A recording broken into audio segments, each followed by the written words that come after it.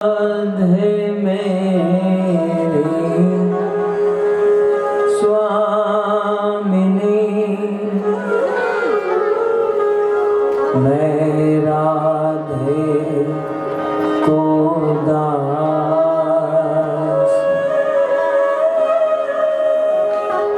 जन्म जन्म मोहे दीजियो श्री वृंदावन।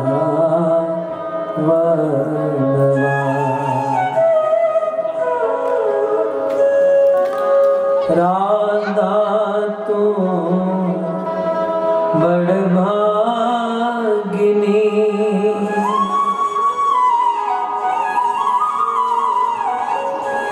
कौन तपस्या की, तीनों लोक के नाथ है,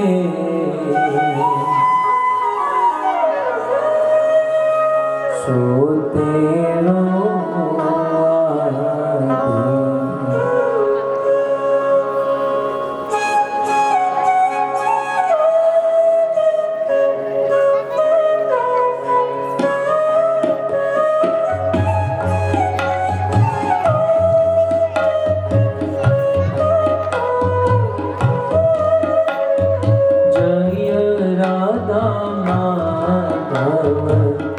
कुंज बिहारी,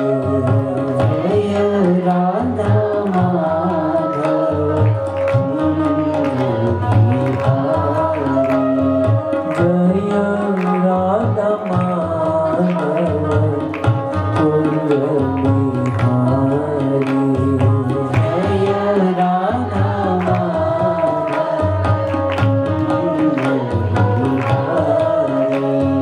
जय राधा माधव कुंज बिहारी, जय Radha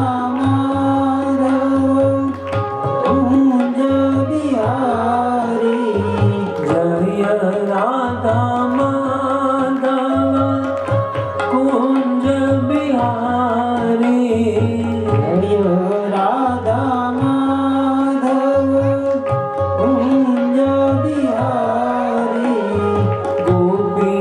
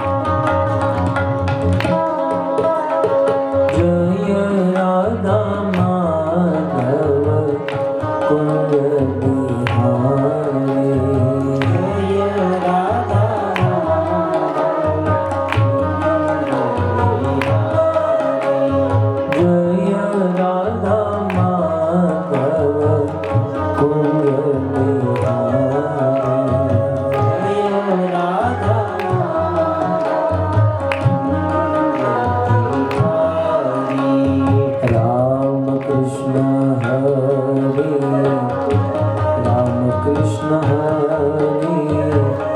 Rama Krishna Hare Rama Krishna Hare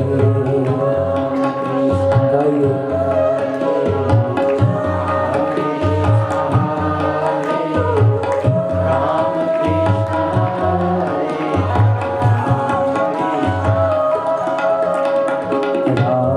Krishna Hare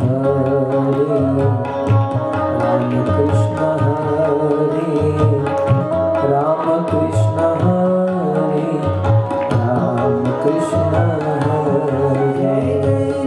Rama Krishna Hare Rama Krishna Hare Rama Krishna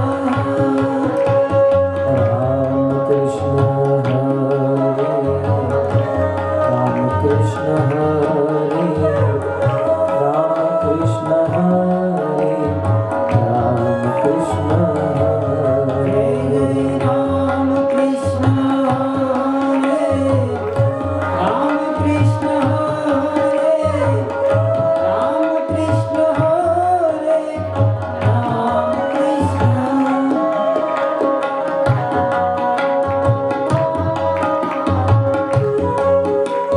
Rama Krishna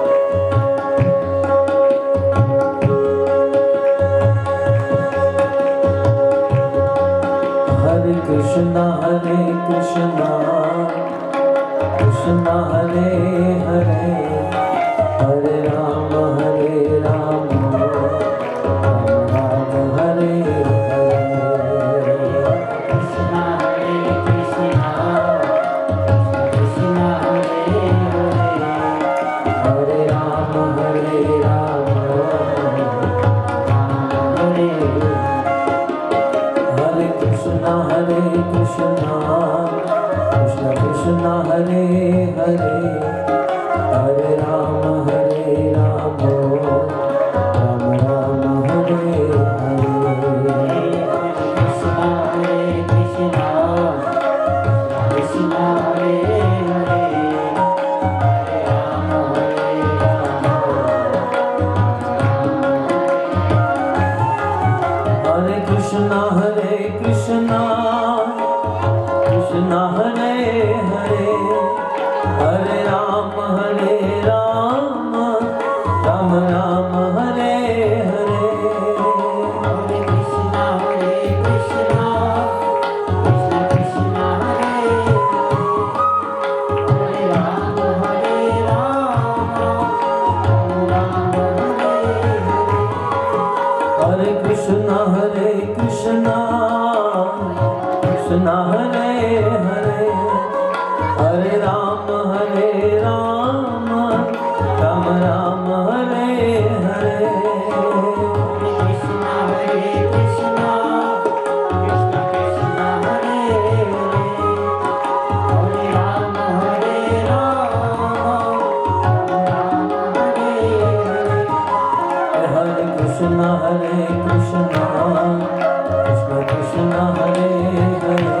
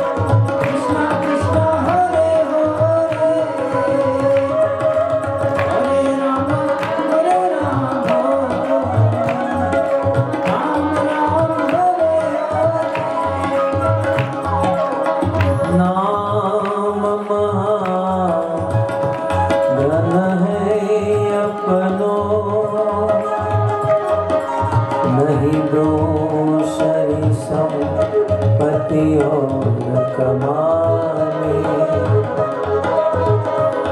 नाम महाधन है अपनो, नहीं दूसरी संपत्ति और कमाने। छोड़ यटारी यटा जग की, हमको कुटिया ब्रजमानी बनाओ, हमको कुटिया ब्रजमानी बनाओ। लोक मिले रसिकों की सदा, और जीवन को यमुना जल पाए। लोक मिले रसिकों की सदा, और पीवन को यमुना जल पानी।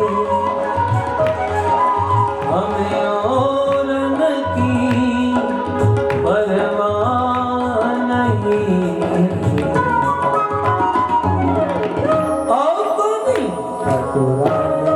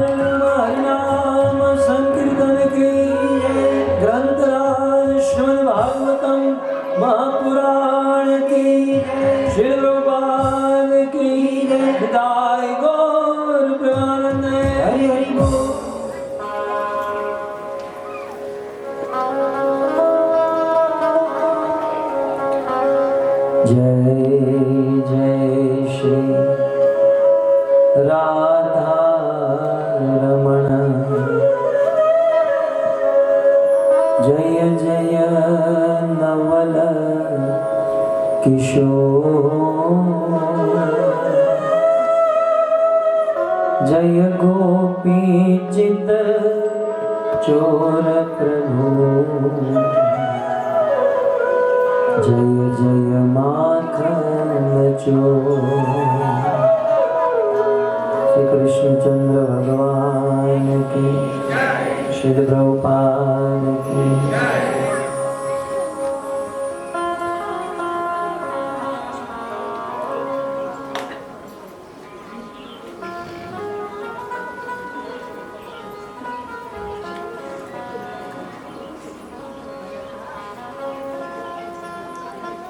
आप सब भक्तों का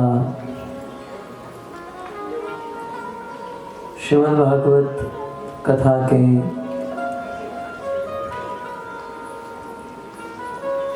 अंतिम सत्र में हार्दिक स्वागत करते हैं।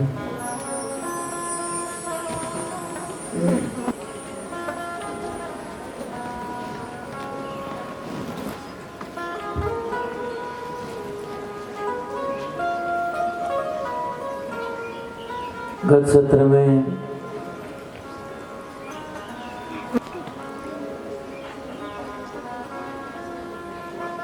ब्रज की गोपियों के द्वारा माता यशोदा को कृष्ण की अनेक शिकायत हो रही थी।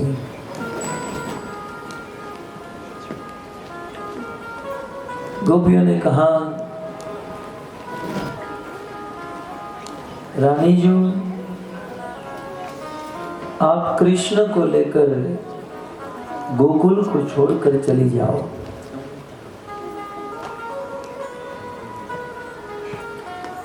क्योंकि आपका यह कृष्ण हमारे घर पर माखन की चोरी करता है।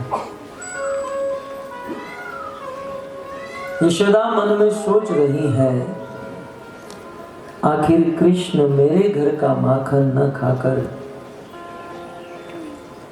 गोपियों के घर पर चोरी क्यों करता है।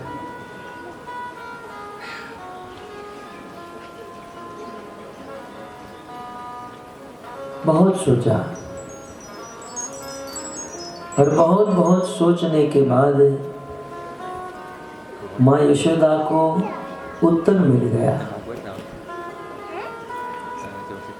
बोले, आज तक मेरे घर पर जो माखन बना ये मेरे घर के दास दासियों के द्वारा बना, और न जाने वे लोग किस भाव में माखन बनाए होंगे। यह सोचकर कृष्ण जो है, भगवान जो है, भाव के भूखे हैं। चाहे कितनी ही महंगी वस्तु दी जाए, लेकिन उसमें भाव न हो तो भगवान उसे ग्रहण नहीं करते हैं।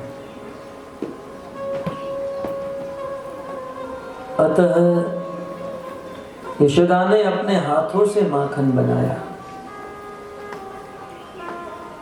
माखन बना रही थी, कृष्ण जग कर आए। यशोदा अपने स्तन का पान कराने लगी। रसोई घर में चूल्हे पर दूध उबल रहा था, वो उभर गया। उस दूध को बचाने के लिए यशोदा कृष्ण को छोड़कर चली गई। दूध पीते हुए कृष्ण को छोड़ा तो कृष्ण को क्रोध आ गया।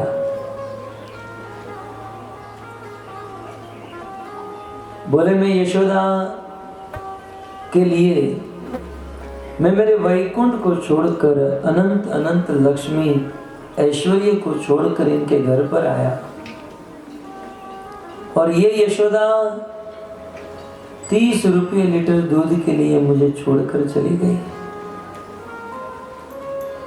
इस घर में मेरी कोई वैल्यू नहीं है। बड़े क्रोधित हो गए, और वहीं पर बाजू में एक पत्थर पड़ा था, उसे उठाकर मटका फोड़ दिया।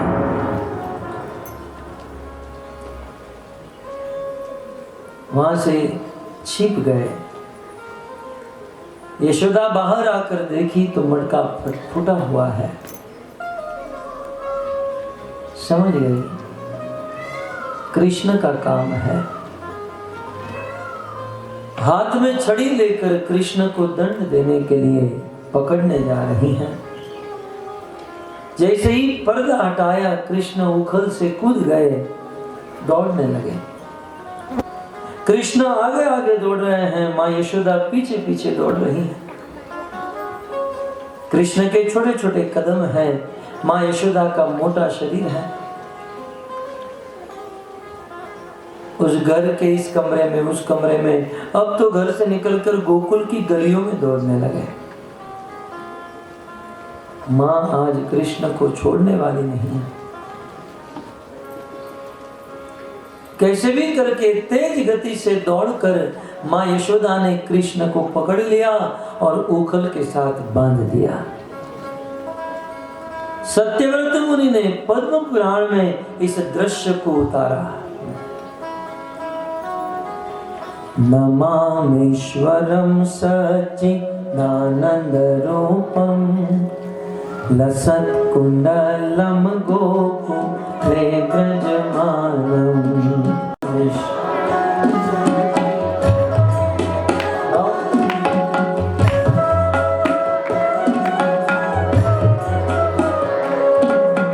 यशोदा लोक लाघवमानम् यशोदा लोक परामृष्टमद्य ततो नृत्यगोप्या परामृष्टमद्य ततो नृत्यगोप्या रुदन्तमोहुर्नेत्र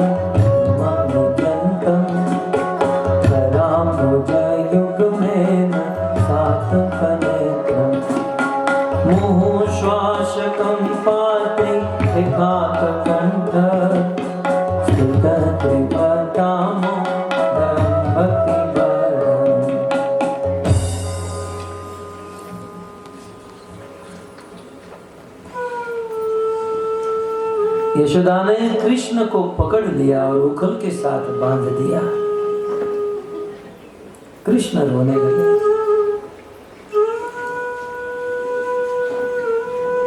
बहुत सुंदर है कृष्ण की यह दामोदर लीला हुई।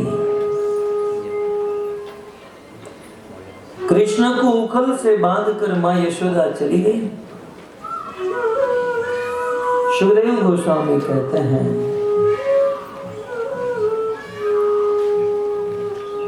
कृष्ण उस उखल को घसीटते हुए चलने लगे।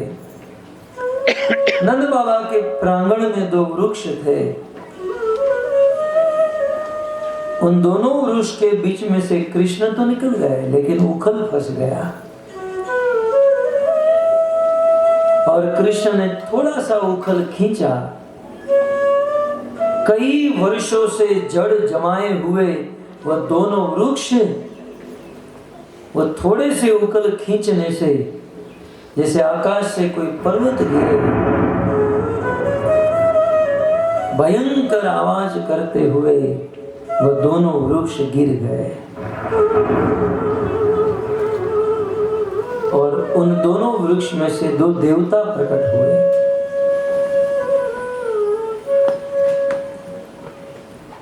कुबेर जी के दो पुत्र नल कुबेर और मणिग्रीव थे। नारद मुनि के श्राप से नंद बाबा के प्रांगण में वृक्ष बने थे।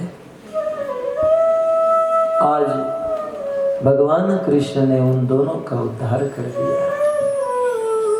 कुबेरात्मजो बद्ध मृत्ये भयद्व त्वया मुचितो भक्ति भाजो कृतो च। कुबेरात्मजो बद्ध मृत्ये भयद्व त्वया मुचितो भक्ति भाजो तथा प्रेम भक्ति स्वकामे प्रयच्छ तथा प्रेम भक्ति स्वकामे प्रयच्छ। न मोक्ष ग्रहो में दामोदरेह न मोक्ष ग्रहो में दामोदरेह।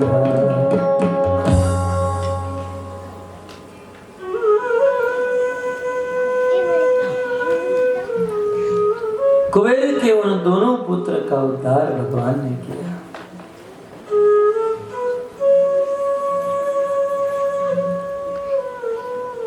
जब वृक्ष गिरने की आवाज आई, गोपानंद त्रयो श्रुत्वा, समस्त ब्रजवासी दौड़कर वहां पर आए और फिर से गोकुल में एक दुर्घटना घटी। सभी गोपों ने मीटिंग की कि गोकुल में बहुत उत्पात हो रहे हैं, हमें शीघ्र अति शीघ्र इस स्थान को छोड़ देना चाहिए।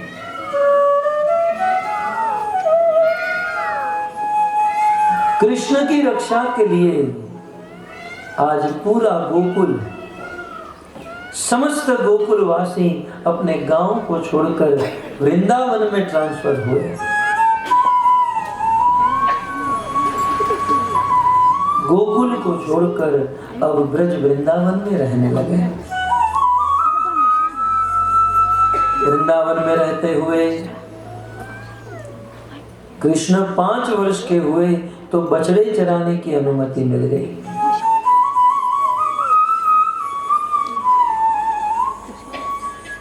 कहते हैं बछड़े चराते हुए कंस के द्वारा भेजा हुआ एक असुर आया था बछड़ा बनकर, जिसका नाम था वत्सासुर।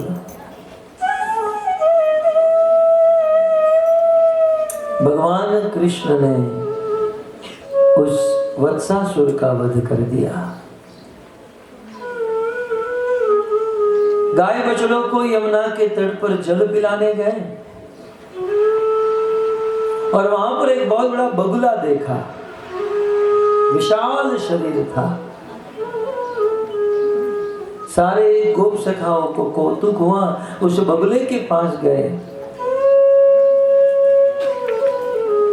वह बगला कृष्ण को अपनी चोंच में उठा लिया, यहां तक कि कंस के द्वारा भेजा हुआ ये बगुला था, जिसका नाम था बकासुर।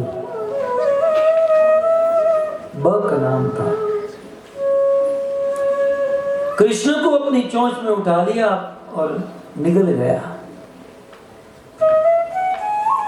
उसी समय भगवान कृष्ण भयंकर तप्त हुए। बकासुर को हुआ कि मैं गरम गरम कोयला खा चुका हूं। तुरंत कृष्ण को उगल दिया और उगलकर तेज गति से अपनी चोंच कृष्ण के ऊपर मारने लगा, लेकिन कृष्ण तेज गति से अपनी दिशा बदलने लगे। कृष्ण और बकासुर के बीच में घमासान युद्ध हुआ। आकाश में देवता प्रकट हो गए। ब्रह्म वैवर्त पुराण आदि ग्रंथों में तो ऐसा वर्णन है। देवता प्रकट हुए और सभी देवताओं ने उस बकासुर को मारने के लिए अपना अपना आयुध चलाया, लेकिन वह देवता बकासुर को नहीं मार पाए। तब उसी समय भगवान कृष्ण सबके देखते देखते वह दोनों चोंच अपने हाथों में पकड़ लिए और जैसे चटाई बनाने वाला मिस्त्री घास के तिनके को फाड़ देता है, वैसे भगवान कृष्ण ने उस बकासुर की दोनों चोंच को फाड़ डाला, बकासुर का उद्धार कर दिया। ये बकासुर पूतना का भाई था और इसका और एक भाई था जिसका नाम था अघासुर। अपने भाई की मृत्यु का बदला लेने के लिए अघासुर ब्रज में आया अजगर का रूप लेकर। भगवान कृष्ण ने अघासुर का वध किया। एक दिन कृष्ण अपने सभी सखाओं के साथ खेल रहे थे, गाय बछड़े चरा रहे थे। दोपहर का समय हुआ, भूख लगी। सब लोग अपने अपने घर से कुछ ना कुछ लेकर आए थे। भोजन स्थली पर बैठे और सारे सखा भोजन करने लगे। श्री राम सुदाम कृष्ण को अपना जूठन खिला रहे हैं, कृष्ण अपना जूठन अपने सखाओं को खिला रहे हैं। उसी समय कृष्ण का दर्शन करने के लिए, भगवान का दर्शन करने के लिए ब्रह्मलोक से ब्रह्मा जी आए। ब्रह्मा जी ने जब यह दृश्य देखा कि कृष्ण दूसरों का जूठन खा रहे हैं, विधाता ब्रह्मा को विश्वास नहीं हुआ, मोहित हो गए। बोले ये भगवान नहीं हो सकता, और यदि ये भगवान है तो मैं इनकी परीक्षा लूंगा। इस चराचर जगत में रहने वाले समस्त जीवों की परीक्षा भगवान लेते हैं। आज ब्रह्मा उस भगवान की परीक्षा लेने जा रहे हैं। सर्वप्रथम ब्रह्मा जी सभी गाय और बछड़े को चुरा कर लेकर गए। सारे सखा भोजन कर रहे थे। कृष्ण ने कहा सब भोजन करो, मैं गाय बछड़ों को देकर आता हूं। कृष्ण जब उन्हें ढूंढने गए तो ब्रह्मा जी कृष्ण के सखाओं को चुरा कर लेकर गए। कृष्ण वापस आए तो देखा वहां गाय बछड़े नहीं और यहाँ सखा नहीं। कृष्ण समझ गए कि ये मेरे बेटे का काम है, ये ब्रह्मा का काम है। उस समय कृष्ण ने अपने ही शरीर से जितने और जैसे गाय बछड़े थे, जैसे सखा थे, अपने शरीर से वैसे ही सखा गोप गाय बछड़ों को प्रकट कर दिया। और एज यूजुअल जैसे घर से आए वैसे घर पर वापस जाते थे। 1 साल तक इस प्रकार से चला। ब्रह्मा जी वापस आए तो देखे कि जिस गोप सखा और बछड़ों को चुरा कर गए थे वैसे ही गोप सखा बछड़े यहाँ पर। ब्रह्मा जी समझ गए कि मुझसे गलती हो गई है, मुझसे भूल हो गई। चतुर्मुख पर पहाड़ जैसे विशाल ब्रह्मा छोटे से कृष्ण को 2 हाथ जोड़कर स्तुति करते हैं। नौमीयते ब्रवपुषे तडिदंबराय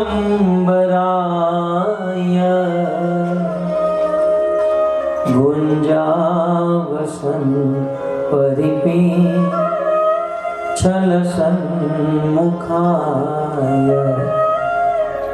वन्यास्त्रजे कवलवे त्रविषाणवेणु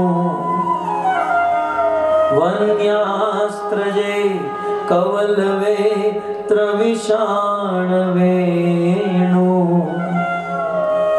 लक्ष्माश्रिये मृदुपदे पशुपंगजाय लक्ष्माश्रिये पशुपदे पशुपंगजाय।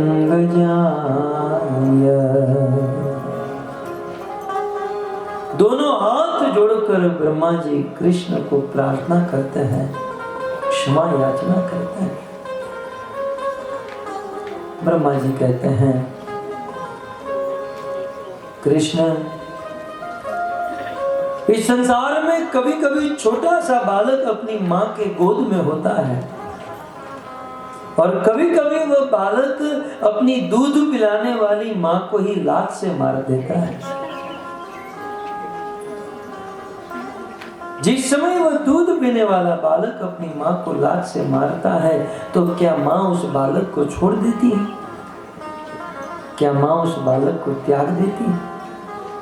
ठीक उसी प्रकार कृष्ण, हम आपके पुत्र हैं और कभी हमसे गलती भी हो जाए तो आप हमें क्षमा कर दीजिएगा। ब्रह्मा जी ने इस प्रकार 20 श्लोक में भगवान को स्तुति की। परंतु भगवान को क्षमा करने की बात तो दूर रही, भगवान कृष्ण ने ब्रह्मा के सामने देखा भी नहीं, क्योंकि ब्रह्मा जी से बहुत बड़ा अपराध हो गया था और वो अपराध था भक्त को भगवान से दूर किया था। इस दुनिया में भक्त को भगवान से दूर करना, इससे बड़ा अपराध और कोई नहीं है। भगवान कभी भी उस व्यक्ति से प्रसन्न नहीं होते, उसे क्षमा नहीं करते, माफ नहीं करते जो लोग भक्त को भगवान से दूर करते हैं।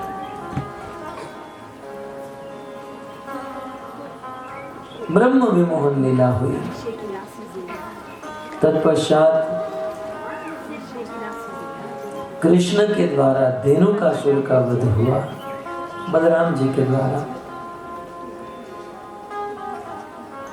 यमुना नदी में, यमुना नदी को दूषित करता हुआ कालिया नाग रहता था। और कृष्ण ने कालिया नाग का उद्धार किया। तत्पश्चात प्रलंबासुर का वध किया। जंगल में आग लगने पर कृष्ण उस दावाग्नि को पी गए। सुखदेव गोस्वामी ब्रज वृंदावन की वर्षा ऋतु और शरद ऋतु का वर्णन करते हैं और यह सुंदर ऋतु को देखकर, इसे निहारते हुए भगवान कृष्ण अपनी वेणु बांसुरी बजाते हैं। सुंदर भागवत के दशम स्कंद के 21वें अध्याय में वेणु गीत का वर्णन है।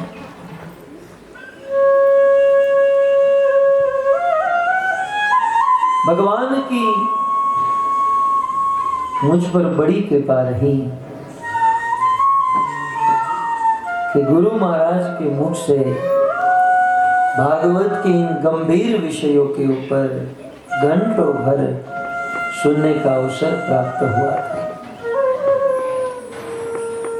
सुंदर वेणु गीत। भगवान श्री कृष्ण की 4 माधुरी है और उनमें से एक है वेणु माधुरी। कृष्ण सुंदर है, लेकिन जब अपने हाथों में बांसुरी धारण करते हैं, कृष्ण जब बांसुरी बजाते हैं, तब तो उनकी सुंदरता और बढ़ जाती है।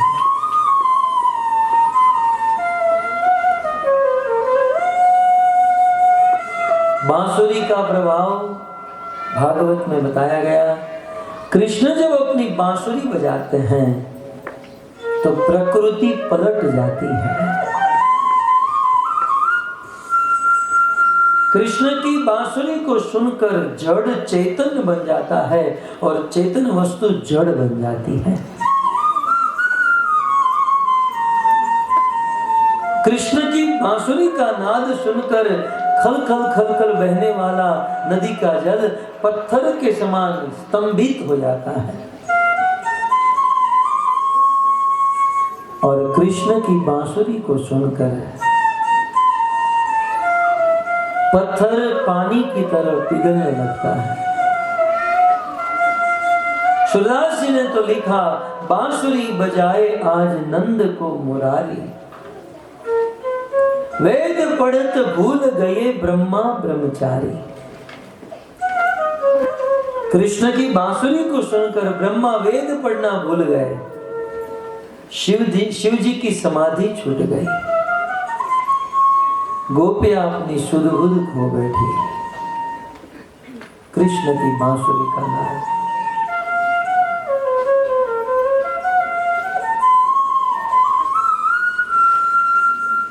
गोपियां जलती रहती थी कि हम लोग कृष्ण के पीछे इतनी पागल है, कृष्ण हमारे सामने नहीं देखते और इस बांसुरी को अपने होठों पर धारण करते हैं। कितना सौभाग्य है इस बांसुरी का।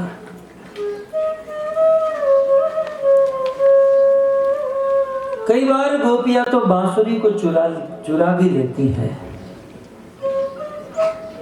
बांसुरी से जब गोपियां ईर्ष्या करने लगी, तब बांसुरी कहती है कि इस स्थान पर पहुंचने के लिए सखी बड़ी तपस्या करनी पड़ती है। मैं वन में रहती थी, ठंडी गर्मी वर्षा तीनों ऋतु मैंने सहन की। आप लोग तो वर्षा होने पर छाता धारण करते हो, गर्मी होने पर एसी चला लेते हो, ठंडी होने पर ओढ़ लेते हो, लेकिन मुझे तो एक स्थान पर खड़े रहकर ये सब कुछ सहन करना पड़ा। और एक दिन मिस्त्री आया और मुझे काट कर अपने माता पिता से अलग कर दिया। बांसुरी बनाने के लिए जो लकड़ी इस्तेमाल होती है उसे वृक्ष की डाली से काटा जाता है। बोले मेरे समाज से, मेरे माता पिता से मुझे अलग किया गया। इतना ही नहीं, मेरे शरीर में 12 छिद्र किए गए, लेकिन मैंने उफ तक नहीं किया और मुझे अग्नि में जलाया गया। जब इतनी इतनी तपस्या की है, तब जाकर आज कृष्ण के अधर ओष्ठ पर मैं स्थान प्राप्त की हूं।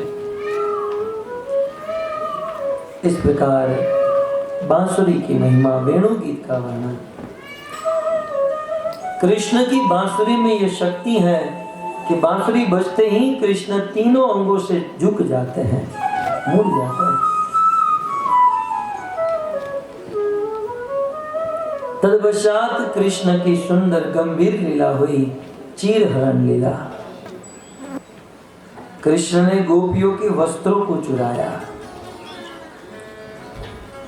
और इस चीरहरण लीला में गोपियों के समर्पण का वर्णन हुआ।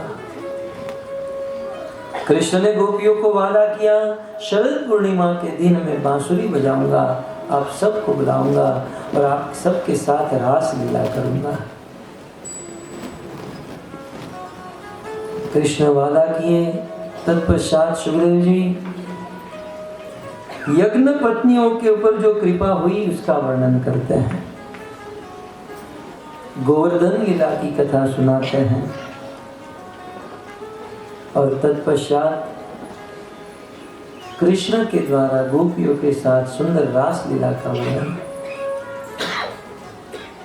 अद्भुत कृष्ण का रास था। यमुना के तट पर कृष्ण गोपियों के साथ रास कर रहे थे, जिसमें 33 करोड़ गोपियों का रास हुआ। और उस रास लीला के प्रसंग में राधा रानी को मनाने के लिए और गोपियों के अभिमान को तोड़ने के लिए कृष्ण उस रास लीला से गोपियों के बीच में से अदृश्य हो गए। कृष्ण जब गोपियों को छोड़कर चले गए तो गोपियों की स्थिति ठीक वैसे हुई जैसे जल के बिना मछली की हालत होती है, तड़पने लगे। कहां मिलेंगे कृष्ण, कैसे मिलेंगे? बहुत बहुत खोजने पर राधा रानी और अन्य गोपियों को कृष्ण नहीं मिले तो सारी गोपियां यमुना के तट पर आकर गीत गाने लगे। श्रीमद् भागवत के 10वें स्कंद के 31वें अध्याय में 19 श्लोक में यह गोपी गीत का वर्णन हुआ है। सुंदर गीत गाया गया। जय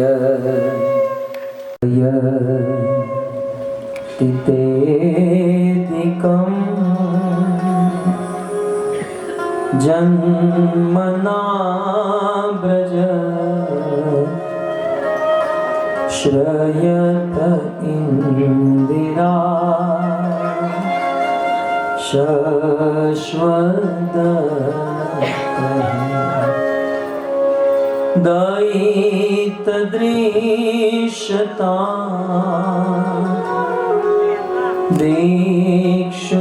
दीक्षुतावका त्वयि घृता सव त्वामिचिन्वते।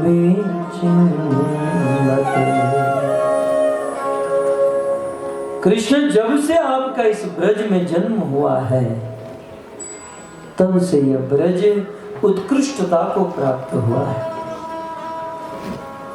जिस दिन से कृष्ण आप इस ब्रज में आए हो, इस दिन से ब्रज परम महिमामय बन चुका है।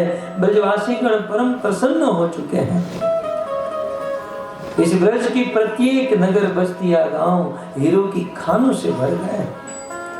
अरे क्या बताए, कृष्ण जब से आप इस ब्रज में आए हैं साक्षात लक्ष्मी इस ब्रज में अपना डेरा डालकर बैठ गई है।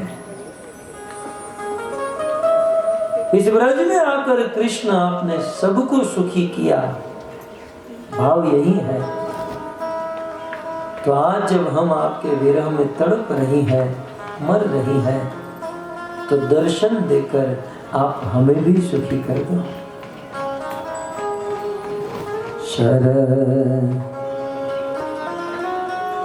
शरदुदाशये साधु जात सरसिजोदर श्री मृषांति सूरतनाथ ते अशुल्क दासिका वरदनी न तो नेह किम।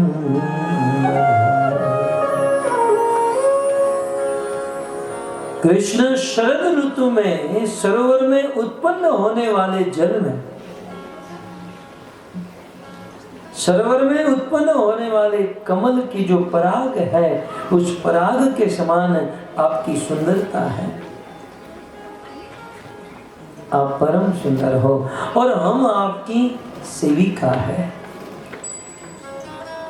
संसार की सेविकाएं 1 महीना समाप्त होने के बाद सैलरी मांगती है, वेतन मांगती है, लेकिन हम तो आपकी निशुल्क दासिका है, बिना पैसे वाली नौकरानी। जब हम आपकी सेवा करना चाहती हैं तो कृष्ण आप हमें दर्शन दीजिए। वैसे तो आपने ब्रजवासियों को कितनी विपत्तियों से मुक्त कर दिया। विष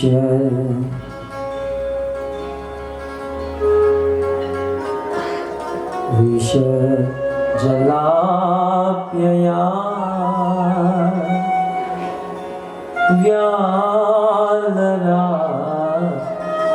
व्यालराक्षसा वर्षमारुता वैदुतानला वृषमयात्मजा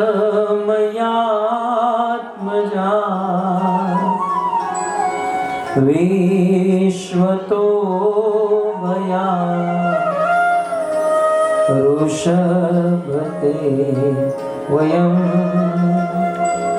रक्षितामः।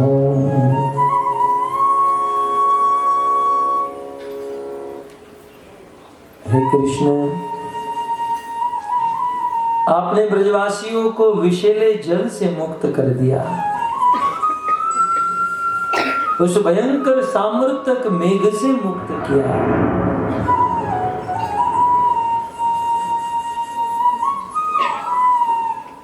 अजगर का रूप धारण किए हुए अघासुर के प्रकोप से मुक्त किया। आपने ब्रजवासियों को एक से एक विपत्तियों से मुक्त किया। तो आज जब हमारे जीवन में विपत्ति आई है, आपके दर्शन के विरह में हम जब मर रही हैं, तो कृष्ण आप हमें दर्शन क्यों नहीं दे रहे हैं? इस भाव में गोपियों ने 19 श्लोक में यह गीत गाया। इस गीत को सुनकर भगवान गोपियों के सामने प्रकट हो गए।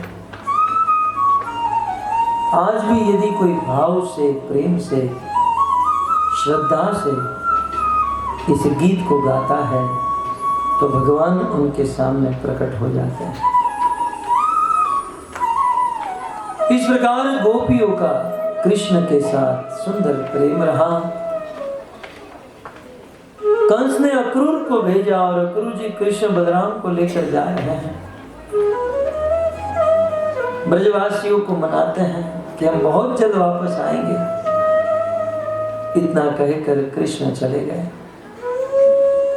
मथुरा में जाकर कुब्जा का उद्धार किया, धोबी का वध किया, सुदामा माली को मोक्ष दिया, कुबलिया पीड़ हाथी का वध कर दिया, उस हाथी के महावत को मारा, कंस के रंग महल में जाकर चाणूर और मुष्टिक का वध किया और अंत में भगवान कृष्ण ने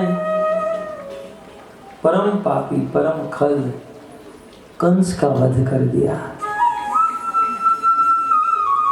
कंस को मारकर अपने पिता वसुदेव और मां देवकी को कारागार से मुक्त कराया। देवकी और वसुदेव देखते हैं कि हमारा पुत्र कृष्ण 11.5 वर्ष का हो गया, परंतु अभी भी क ख ग घ ABCD भी नहीं आती है। आज तक ये स्कूल में पढ़ने नहीं गया। देवकी और वसुदेव कृष्ण और बलराम को सोने के रथ पर सवार करके उज्जैन में, भारत उज्जैन में सांदीपनि मुनि के आश्रम में भेजते हैं।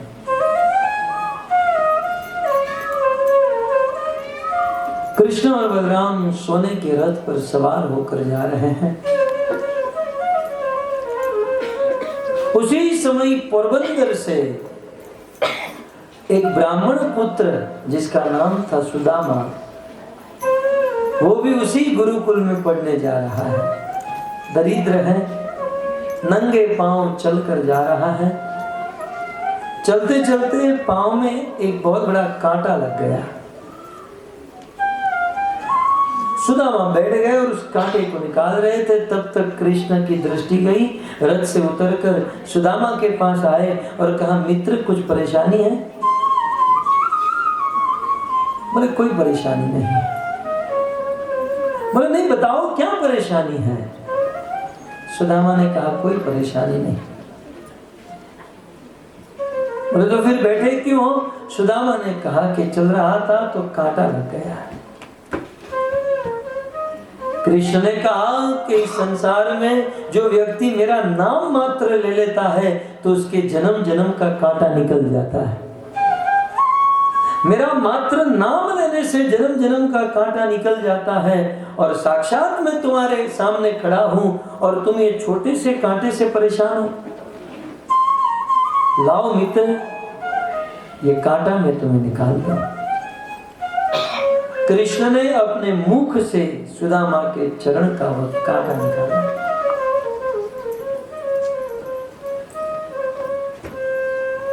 और कहा, मित्र कहाँ जा रहे हो? बोले सांदीपनि ऋषि के पास। बोले हम भी वहीं जा रहे हैं। चलो फिर हमारे साथ रथ पर बैठो, हम साथ में जाएंगे। सब लोग साथ में आश्रम में पहुंचे। विद्या प्रारंभ हुई। कृष्ण और सुदामा की मित्रता हो गई, घनिष्ठ मित्र बन गए। एक दिन सांदीपनि मुनि ने एक श्लोक याद करने कहा था। टर्न बाय टर्न सुदामा का टर्न आया। कहा, सुदामा जो श्लोक याद करने कहा था बोलो। सुदामा ने कहा, गुरुजी वो तो मैं भूल गया, मुझे याद नहीं है। सांदीपनि ऋषि ने कहा, तो तुम्हें दंड मिलेगा। आज गुरुकुल के समिधा लकड़ी एकत्रित करने तुम जाओगे। बगल में कृष्ण बैठे थे। सांदीपनि ऋषि ने कहा, कृष्ण तुम बोलो। तब भगवान कृष्ण ने भी कहा, गुरुजी मैं भी भूल गया। भगवत गीता में जो कृष्ण कहते हैं, वेदा हम समतीतानि है, इस दुनिया के भूत भविष्य वर्तमान सब कुछ जानने वाले कृष्ण कहते हैं मैं भी भूल गया। भूले नहीं थे। अपने मित्र का साथ देने के लिए कृष्ण ने इस प्रकार से कहा। सांदीपनि ऋषि ने कृष्ण सुदामा दोनों को वन में लकड़े काटने भेजा। ऐसा वर्णन है, जाते समय गुरु माता ने दोनों को चने दिए थे। कृष्ण ने कहा, सुदामा मैं कहाँ रखूंगा, मेरे पास पॉकेट नहीं है, तुम रखो, भूख लगेगी तो मांग लूंगा। सुदामा ने वो चने रखे, दोनों वन में गए। कृष्ण वृक्ष पर चढ़कर लकड़ी तोड़ रहे थे। अचानक बारिश होने लगी।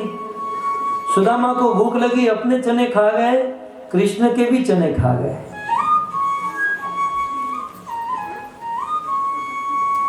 कृष्ण ने नीचे उतर कर कहा, सुदामा वो जरा मेरे चने दे दो, मुझे भूख लगी है।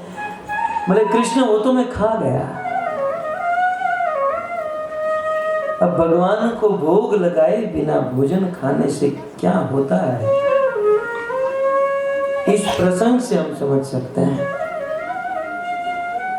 64 दिन में 64 कला सीखने के बाद कृष्ण मथुरा वापस गए और मथुरा से फिर द्वारिका में, और द्वारिका के राजा हुए कृष्ण। 16,108 पत्नियों के साथ विवाह किया और सुदामा बड़े दरिद्र ब्राह्मण बने। कितनी दरिद्रता! कहते हैं सुदामा का विवाह हुआ सुशीला नाम की कन्या के साथ और उनके 4 पुत्र हुए। पहनने के लिए वस्त्र नहीं, रहने के लिए घर नहीं और खाने के लिए भोजन नहीं।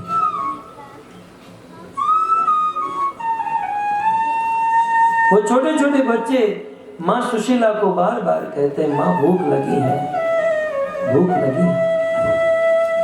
सुशीला आज एकादशी है, आज द्वादशी है, आज पूर्णिमा है। ऐसे करते करते अपने बच्चों को बुला रही थी। 15 दिन बीत गए, बच्चों ने एक निवाला नहीं खाया, मां से नहीं रहा गया और वह सुशीला अपने पति सुदामा के पास आई। कहा, पतिदेव, पतिदेव, अब बच्चों का दुख मुझसे देखा नहीं जा रहा है। मैं आपको डांट नहीं रही हूं, मैं आप पर क्रोध भी नहीं कर रही हूं, मैं तो आपको बस स्थिति बता रही हूं।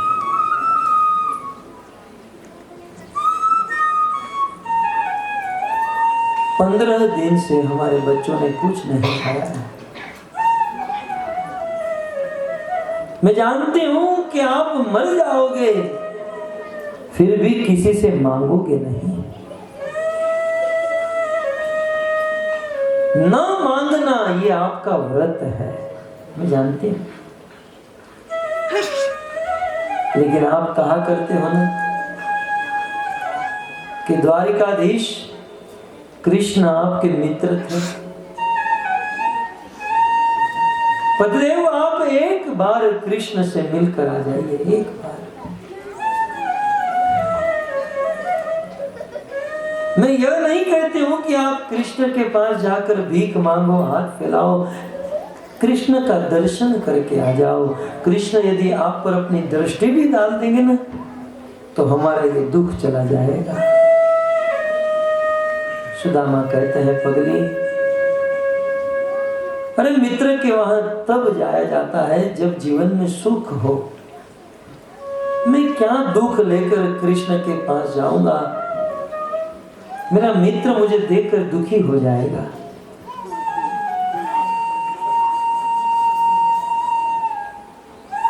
सुशीला बार बार हाथ जोड़ रही है, सुदामा के चरणों में गिर रही है। सुदामा भी मन में सोच रहे हैं, धन्य है, भले भगवान ने धन नहीं दिया, लेकिन पत्नी बहुत अच्छी दी थी। संसार की पत्नियां यदि पुरुष भजन करना चाहे तो पत्नी भजन नहीं करने देती, लेकिन धन्य है मेरी पत्नी, आज मुझे भगवान के पास भेज रही है। सुदामा ने सोचा, अयम ही परमो लाभो कृष्णोत दर्शन लालसा। चलो कृष्ण का दर्शन मिलेगा। कृष्ण के दर्शन के लोभ से सुदामा तैयार हो गए। लेकिन सुदामा ने कहा, देवी, कृष्ण मुझसे छोटा है उम्र में, और छोटे के वहां जब जाते हैं ना तो खाली हाथ नहीं जाना चाहिए। वो सुशीला पड़ोस में गई, पड़ोसी को कहा कि कुछ अन्न दे दीजिए। बोले, आज तक कितना अन्न ले जा चुकी हो और बार बार कहती हो लौटा दूंगी लौटा दूंगी, आज तक नहीं लौटाया। सुशीला ने कहा, बस ये लास्ट टाइम, अंतिम बार, क्योंकि मेरे पति द्वारकाधीश के पास जा रहे हैं, कृष्ण के पास जा रहे हैं, एक अंतिम बार दे दीजिए। 2 मुट्ठी चावल उस पड़ोसी महिला ने दिया, उसे एक कपड़े में बांधकर सुदामा को दे दिया। और सुदामा पोरबंदर से द्वारिका जाने के लिए निकल पड़े।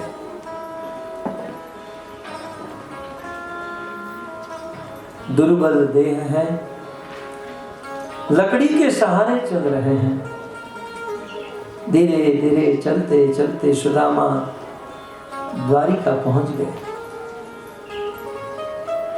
परंतु द्वारिका का ऐश्वर्य देखकर सुदामा ने सोचा कि कोई स्वप्न तो नहीं देख रहा हूं,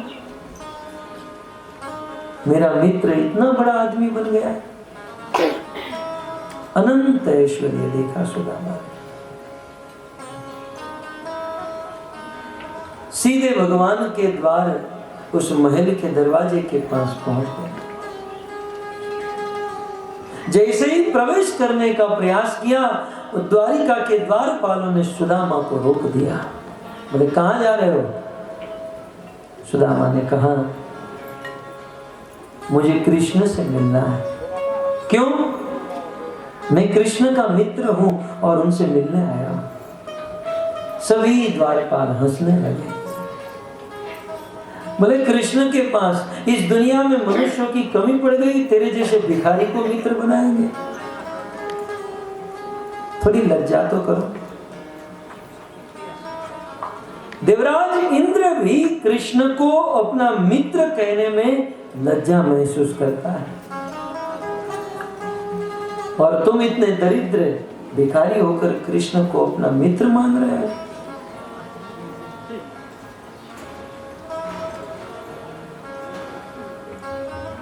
बोले नहीं, मैं कृष्ण का मित्र हूं। सुदामा बार बार कह रहे थे। तब उस द्वारपाल ने सुदामा को धक्का देकर गिरा दिया। गिर गए सुदामा। बोले तेरे जैसे हजारों भिखारी आते हैं, भागो यहां से। सुदामा गिर गए।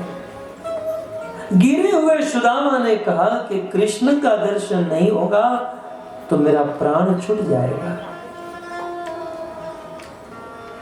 और कृष्ण कभी ना कभी तो इस द्वार से बाहर निकलेंगे ना। यहां से कृष्ण बाहर निकले और मेरे पर दृष्टि करके पूछे कि ये कौन था, तब कृष्ण को इतना कह देना कि तुम्हें मिलने के लिए तुम्हारा मित्र सुदामा आया था। मुझे विश्वास है मेरा नाम सुनकर कृष्ण अपनी आंखों से आंसू गिराएंगे।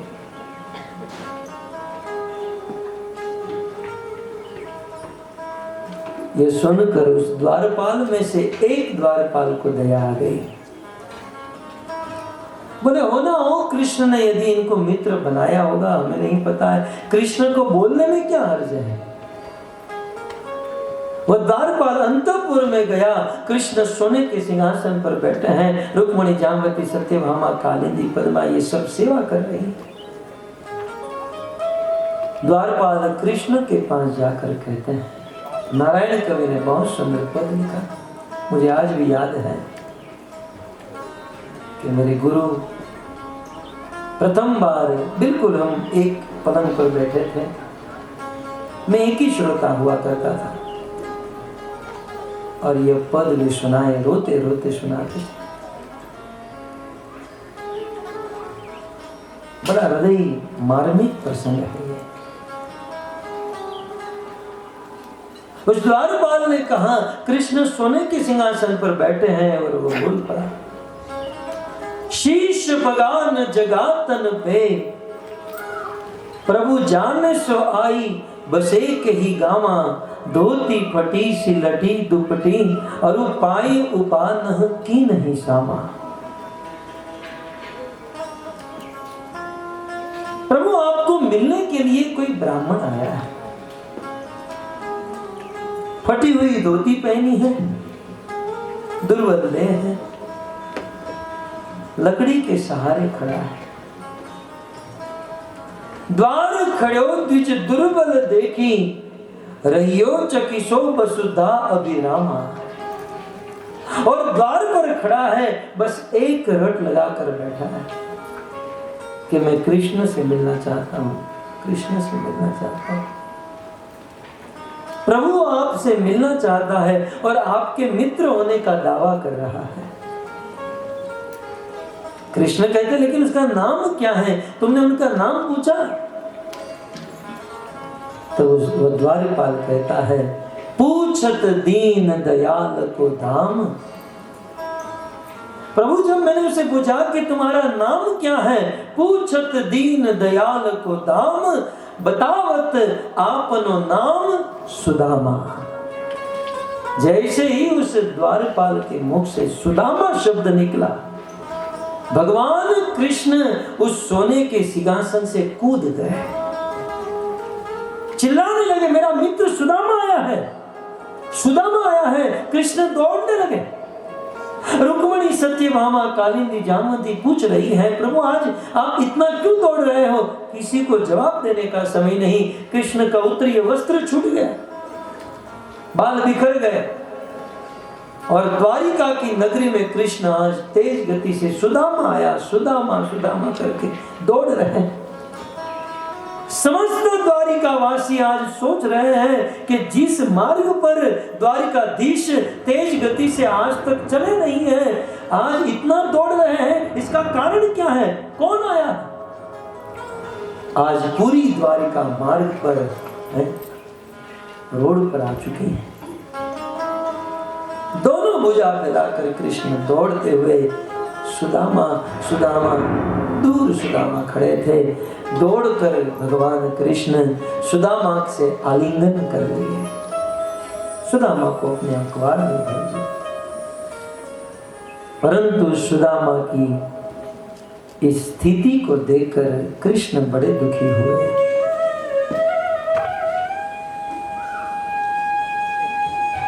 गले मिले हुए कृष्ण ने कहा, मित्र मित्र तुम्हारी ये हालत हो गई, मित्र तुम्हारी ऐसी स्थिति हो गई। अरे एक बार तो मुझे याद किया होता, एक बार तो मुझे याद करना था। सुदामा कहते हैं, कृष्ण मैंने आपको याद नहीं किया तो क्या आपको नहीं पता था? क्या आप नहीं जानते थे मेरी स्थिति क्या है? कृष्ण के हृदय में बार बार कहते हैं, मित्र बहुत देरी हो गई। अखिल ब्रह्मांड नायक द्वारिकाधीश सुदामा को अपने हाथों में लेकर अपनी गोद में उठाकर अपने महल में लाते हैं। सुदामा को सोने के सिंहासन पर बिठाते हैं और अपनी 16,108 रानियों को कहते हैं, जाओ पानी पात्र लेकर आओ, मैं अपने हाथों से सुदामा का चरण धोऊंगा। सुदामा को आसन पर बिठाए, कृष्ण सुदामा के चरणों में बैठे।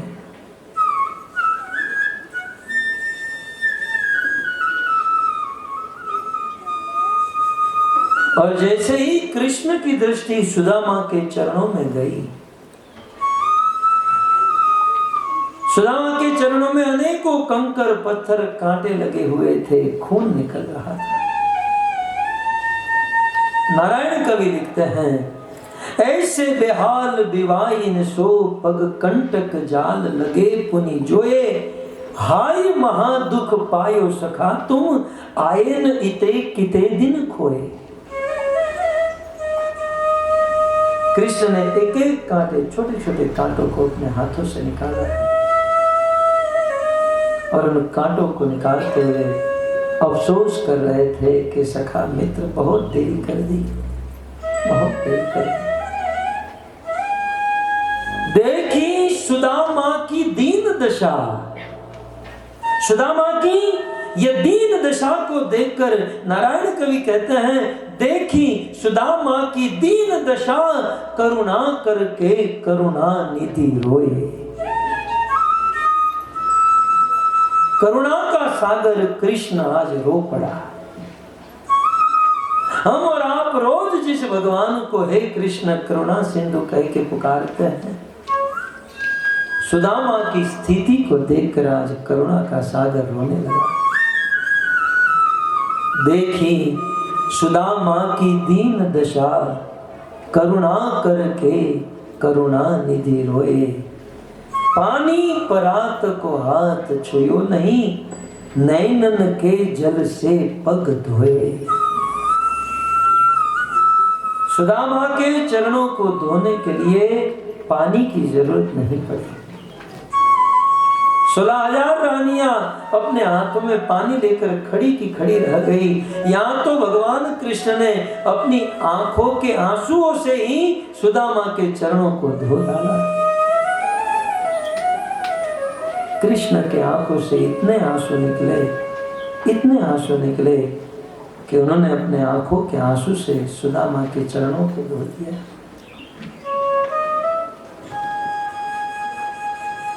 ये है भगवान की करुणा। सुदामा को एक अच्छा वस्त्र दिया गया, स्नान कराया गया। कृष्ण और सुदामा दोनों साथ में रुके हैं। दोनों मित्र पुरानी यादें ताजा कर रहे हैं। रात को सोते हुए कृष्ण और सुदामा बात कर रहे हैं। कृष्ण कहते हैं, सुदामा तुमने शादी कर ली और मुझे बुलाया भी नहीं, अपने मित्र को भूल गए। सुदामा ने कहा, कृष्ण मैं तो एक बार भूला, आप तो 16,108 बार मुझे भूल गए। कृष्ण कहते हैं, मित्र सुदामा जब तुम यहां पर आए तो मेरी भाभी ने मेरे लिए कुछ तो भेजा होगा। तो चावल लेकर आए थे, लेकिन सुदामा ने देखा कि यदि मैं दूंगा तो इनकी पत्नियां क्या सोचेगी, कौन भिखारी के साथ मित्रता की है। लज्जा के कारण सुदामा वो चावल नहीं निकाल रहे।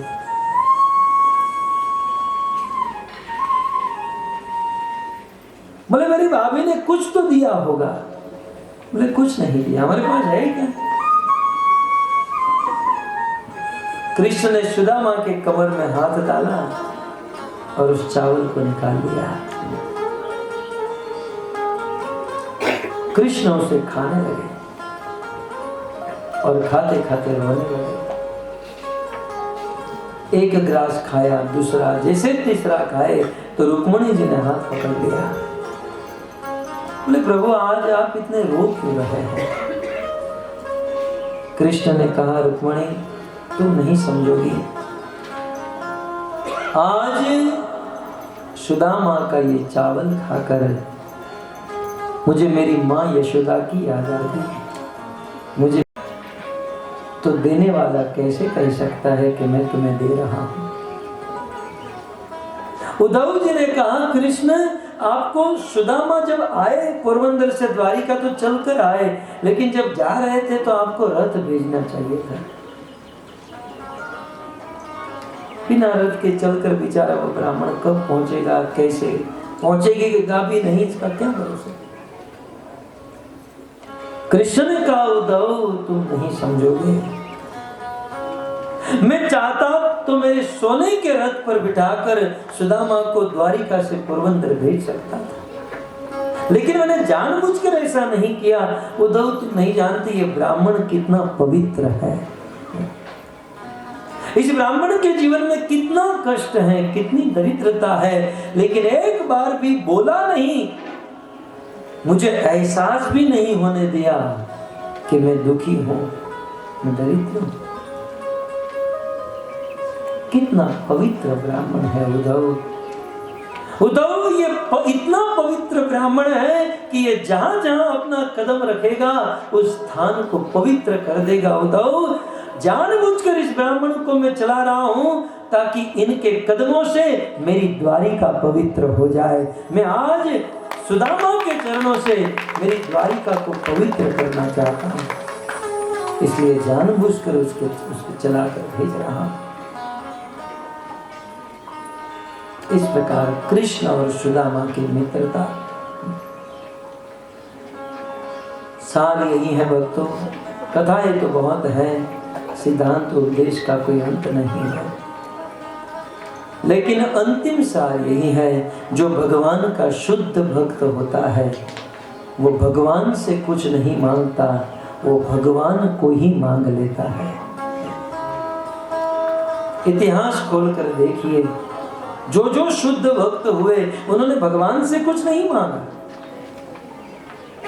जब जब मांगना हुआ तो भगवान को ही मांग लिया। हम और आप भगवान से यदि कुछ मांगे तो घाटे में रहेंगे, और नहीं मांगने पर भी वो देते हैं। सुदामा ने कहाँ मांगा था? कितना दिया भगवान? मांगने की जरूरत नहीं, मांगना है तो भगवान को मांग। केवट की नौका से उतरकर जब भगवान राम केवट को मुद्रिका देने लगे तो उस समय केवट ने भी यही कहा, अब कछुनाथ चाहिए मोरे, दीन दया अनुग्रह तो, फिरती बार मोही जो कछु देवा, सो प्रसाद में शील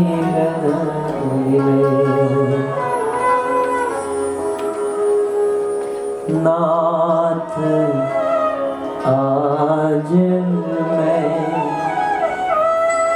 काहूँ पावा, मेरे दोष दारी जना। हे नाथ, आज मैंने क्या प्राप्त नहीं किया है?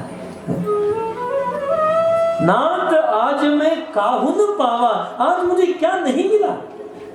प्रभु आपका दर्शन मिल गया, आपका चरण जल मिल गया,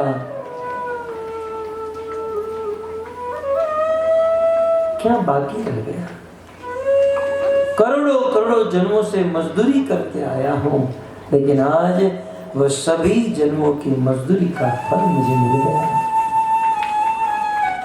बहुत काल में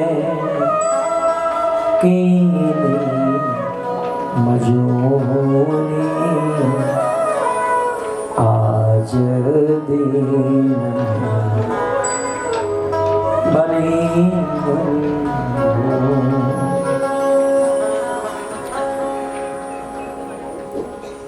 अब कछु नाथ न चाहिए मोरे, दीन दयालय अनुग्रह तो, अब कछु नाथ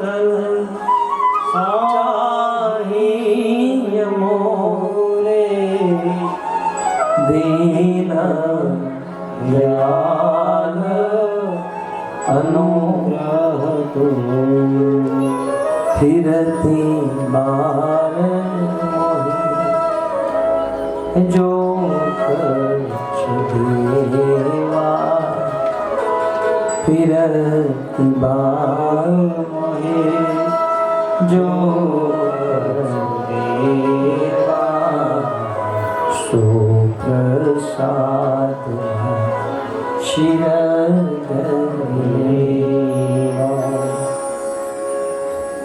केवट ने बार बार यही कहा, नाथ अब मुझे कुछ नहीं चाहिए, कुछ नहीं।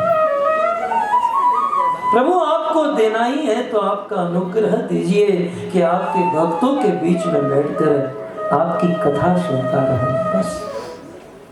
चाहे ध्रुव हो, प्रहलाद हो, देवी कुंती हो, वित्रासुर है, न नाक पृष्ठम न च पारमेष्टम न सार्वभौमम न रसाधिपति, न योग सिद्धि न पुनर्भौमा, समंजसत्वा विरह कांक्ष। चैतन्य महाप्रभु ने यही कहा, न धनम न जनम न सुंदर। भगवान के शुद्ध भक्त भगवान को मांगते हैं। बस भागवत के अंत में आप सभी भक्तों के चरणों में यही निवेदन है कि आप सब सत्संग कीजिए, साधुओं की संगति कीजिए, भगवान के नाम का जाप कीजिए। ये माला लेकर इस माला के ऊपर महामंत्र का जाप कीजिए। अपने घर पर गीता भागवत जैसे ग्रंथों को रखिए और रोज उनको पढ़िएगा।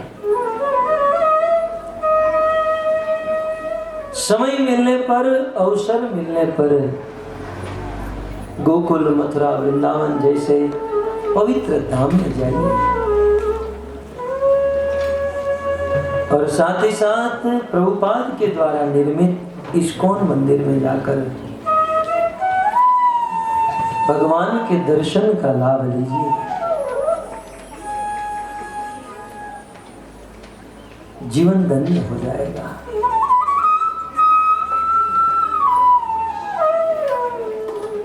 पिछले 7 दिनों से लगातार आप सब लोग कथा सुनते आए हैं।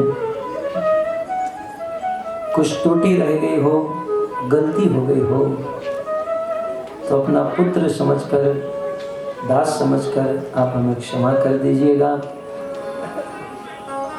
आप सभी श्रोताओं का धन्यवाद, साथ ही साथ चैत्य गुरु प्रभु और उनके परिवार का हम हृदय से धन्यवाद करते हैं। हमारे गुरु महाराज कहते हैं, कोई एक पल भी कोई भगवत स्मरण का अवसर दे दे तो जीवन भर तक हम उनका ऋण नहीं उतार सकते। चैत्य गुरु प्रभु और उनके परिवार ने हमें 7 दिन तक भगवत स्मरण करने और कराने का अवसर दिया। वास्तव में इन्होंने हमें ऋण में बांध लिया है। धन्यवाद के द्वारा हम बुरी प्रशंसा करते हैं और भगवान से प्रार्थना करते हैं कि वे इनको शक्ति दें कि इस प्रकार के कार्यक्रम में बार बार करते रहें। और यदि आप लोग इस कार्य से प्रसन्न हो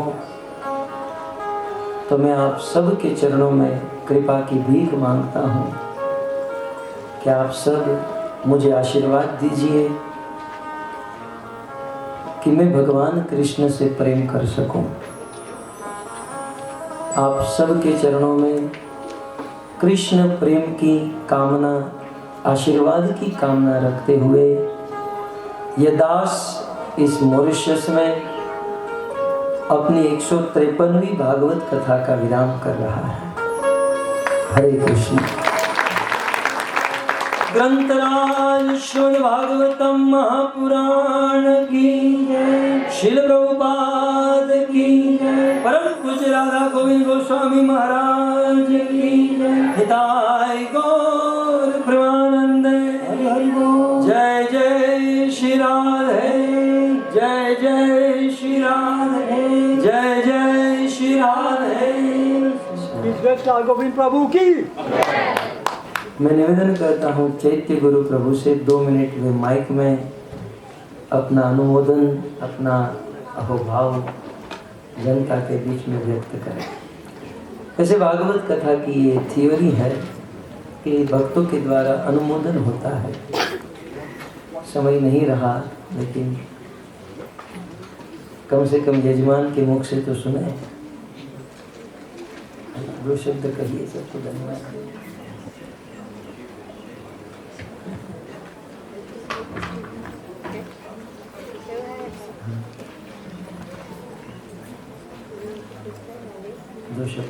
माइक देती यहाँ पर।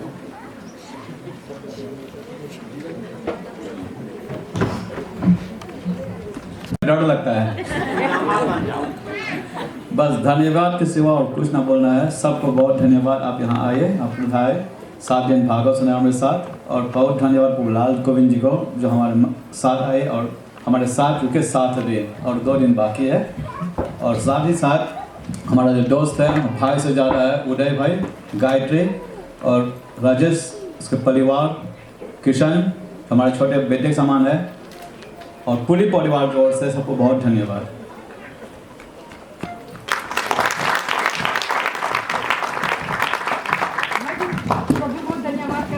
भूलिए मत कि आप लोगों के लिए प्रभुलाल गोविंद जी ने एक गिफ्ट लाया है सबको।